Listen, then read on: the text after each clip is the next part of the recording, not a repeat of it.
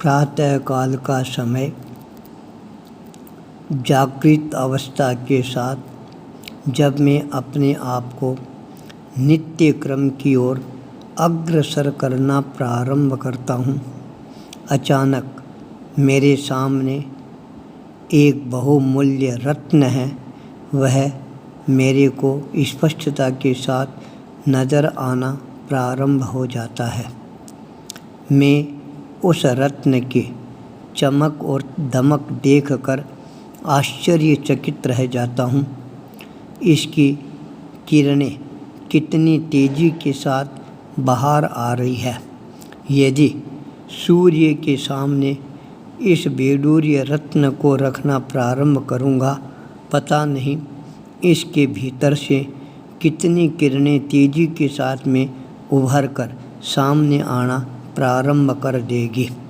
उस रत्न को देखकर मन में विचार आना प्रारंभ हो जाता है, क्या बात है, आज प्रातःकाल के समय यह रत्न का दिग्दर्शन है, वह क्यों हो रहा है।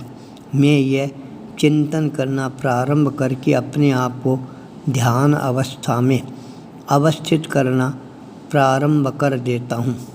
जब मैं ध्यान की गहराई में उतरना प्रारंभ करता हूँ, तब मेरे को अपने आप ही मेरा स्वयं का आत्मरूपी रत्न है, वह स्पष्टता के साथ नज़र आना प्रारंभ हो जाता है।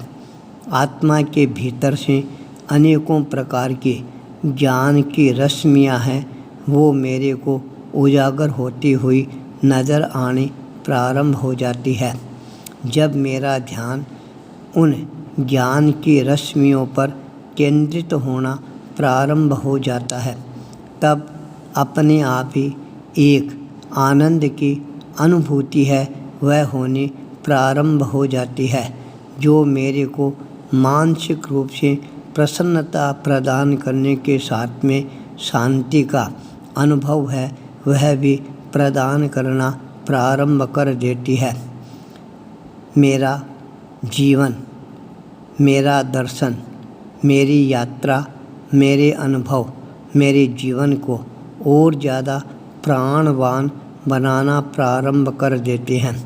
जब मैं अंतर यात्रा की तरफ अपने आप को गतिशील बनाना प्रारंभ कर देता हूँ, तब वह आत्मा रूपी रत्न है, वह और ज़्यादा तेज़ी के साथ में चमकना दमकना प्रारंभ कर देता है।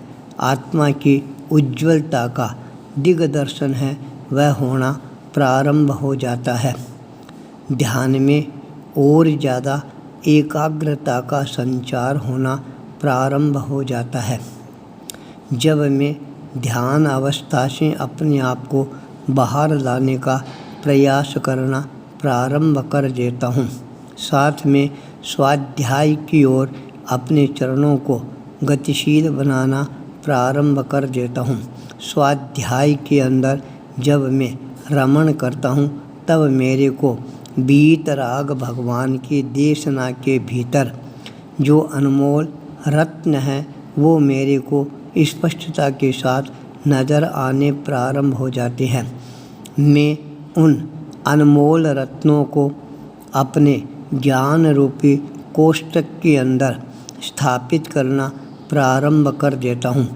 अनकॉन्शियस माइंड के अंदर एक बार जो चीज़ें फीड हो जाती है वो हमेशा हमेशा के लिए वहाँ पर एक तरह से घनीभूत बनने प्रारंभ हो जाती है। वो फिर जिंदगी भर है अपने आप ही उजागर होती रहती है। इसलिए स्वाध्याय के द्वारा जो हम अपने मस्तिष्क के अंदर अच्छी बातों को ग्रहण करना प्रारंभ कर देते हैं, वो बातें हमारे को अपने आप ही जीवन के लिए दिग्दर्शन का काम करना प्रारंभ कर देती है। स्वाध्याय की परिसंपन्नता के पश्चात मंत्र शक्ति की ओर मेरा ध्यान आकर्षित होना प्रारंभ हो जाता है। मंत्र शक्ति के द्वारा जब एकाग्रता का बढ़ना प्रारंभ होता है, आत्मा में अपने आप ही एक नया विस्फोट का वातावरण है वह बनना प्रारंभ हो जाता है। वही विस्फोट की भी किरणें जब चारों तरफ छितरानी प्रारंभ करती है, पूरा भीतर का जगत है वह अपने आप ही जगमगाना प्रारंभ कर देता है। आसन, योगा, प्राणायाम करने के पश्चात आत्मशुद्धि के महान पथ की ओर मैं अपने आप को अग्रसर करना प्रारंभ कर देता हूँ। प्रतिक्रमण के द्वारा आत्मशोधन होने के पश्चात जब मैं सूर्य की प्रथम किरण का इंतज़ार करना प्रारंभ कर देता हूँ, तब मन में विचार आना प्रारंभ हो जाता है, क्या बात है, आज प्रातःकाल यह अनमोल रत्न का ध्यान है वह कैसे आया। क्या आज मेरे को कोई अनमोल रत्न के दिग्दर्शन है यह करने का अवसर है वह प्राप्त होगा क्या। उसी समय जयपुर शहर का जौहरी अनिल जैन का मैसेज आता है, गुरुदेव आज आपको हमारे घर पर एक बार अवश्य ही पधारने की अनुकंपा करवाना है। मेरी आंतरिक इच्छा है एक बार आप मेरे घर पर और प्रतिष्ठान पर पधारोगे तो मेरे को आनंद की अनुभूति होगी। 1 महीना पहले जब आप मेरे प्रतिष्ठान और घर में पधारे थे, तब से हमारे परिवार के अंदर अपने आप ही एक शांति का संचरण होना प्रारंभ हो गया था। इसलिए मेरा निवेदन है अब आप एक बार अवश्य ही हमारे घर पर पधारे। मैं आ रहा हूँ आपको लेने के लिए। आचार्य अरविंद मुनि से जब विचार विमर्श हुआ, उनकी मानसिकता होती है अपने को अवश्य ही चलना है। उनका सुपुत्र विशाल अपने पिता के साथ में ठीक समय पर उपस्थित हो जाता है और हम दोनों उनके घर की ओर प्रस्थान करना प्रारंभ कर देते हैं। जब घर में प्रवेश करते हैं उस समय घर के वातावरण का दिग्दर्शन होना प्रारंभ हो जाता है। धीरे धीरे पूरे परिवार के साथ आत्मीय संबंध स्थापित होने प्रारंभ हो जाते हैं। विशाल के साथ में उसका भाई विकास है, वह भी अपने परिकर के साथ आ जाता है। पूरे घर का सिंहावलोकन किया जाता है।